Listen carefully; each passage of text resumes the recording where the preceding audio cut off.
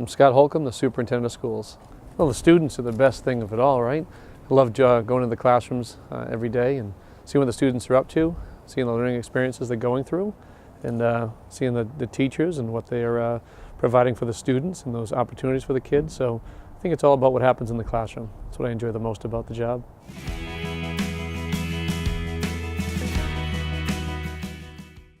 Well, the overall change has been a negative change. What I mean by that is the school department needs what's called level service just to maintain what it currently has from one year to the next.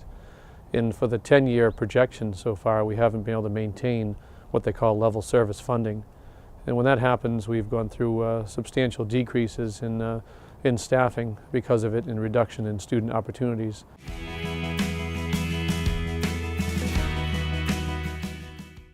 Yeah, so everyone says, well, North Attleboro is a great school system, which it is. So when you start to look at things like compare us to how we fare with state averages, we are above state average. We start to look at our trending of education.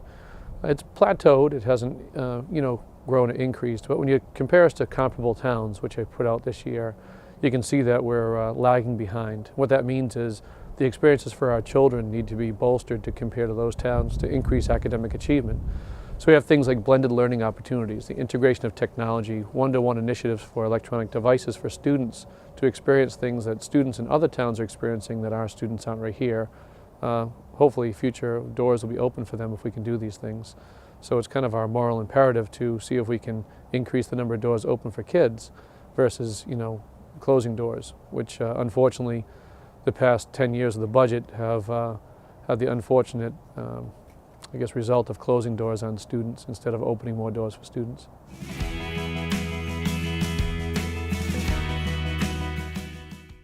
So the high school was on warning with NEASC, the New England Association of Schools and Colleges, and we had to file a report with them to try to get off warning. We're in warning in two different areas. They took us off warning in one of our areas, which was curriculum, but the other area we're still in warning on really has to do with our funding streams. They kept us on warning to see what the town was going to do with its future funding streams relative to funding for the school department, in particular the high school. So in order for us to get off warning, one of the things that would help us would be to get the override to pass, or just to have increased funding for the school department to have. One way is through the override. Then we could put things back in place that were lost through the cuts that we've seen in the past 10 years. When those things are back in place, we can file the report with NEASC and they'll remove us from warning.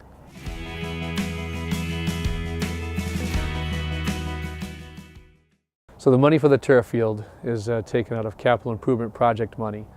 That money, by rights and by laws and legislation that govern that money, said that you have to spend it on improvement projects that have to have a life expectancy of 5 years or above, and they cannot be spent on any personnel at all from that capital improvement projects.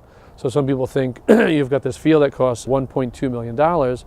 Why can't we take that money from the field and offset it with things like more teachers, maybe some books? The problem is those things don't fall into the category of what's covered under capital improvement projects. So you can't use that money towards books because they don't have a life expectancy of over 5 years, and you can't use it towards personnel. Now people may think, well, this is counterintuitive. What do you mean your books in your school, some of them are 25, 30 years old? Well, it should tell people listening if they're tuning into this, well, right, books should be upgraded every 5 years and you should have a budget to do that. The problem is our budget hasn't supported that kind of purchasing. So what we decide with our budget for the school department is to keep people employed because we believe it's most important to put people in front of children than just books. And that's why some of our books are much older than they should be.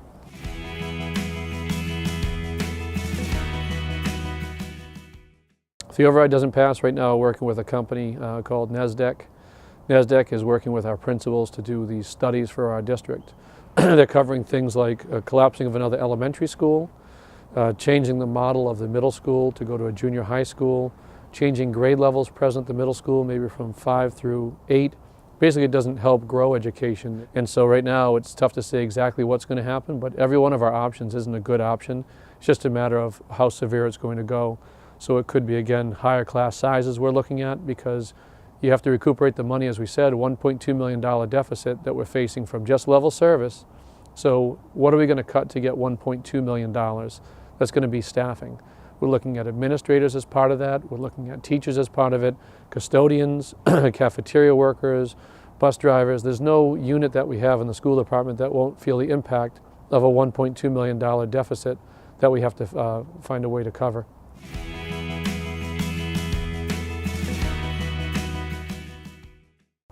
If the override passes, well, you don't have to worry about closing a school down, or in my mind, it's not just closing a school, it's laying off all the staff from that particular school. That doesn't have to be on the table.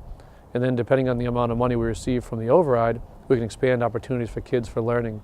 So increases in technology, increases in staffing for the students, more experiences for kids to have in their education.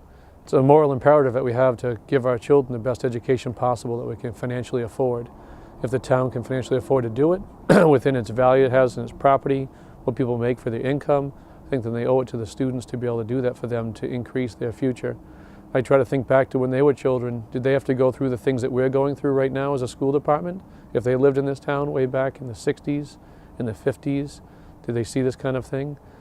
A little bit they did, I think, but overall, I think that right now we owe it to our kids to brighten their future.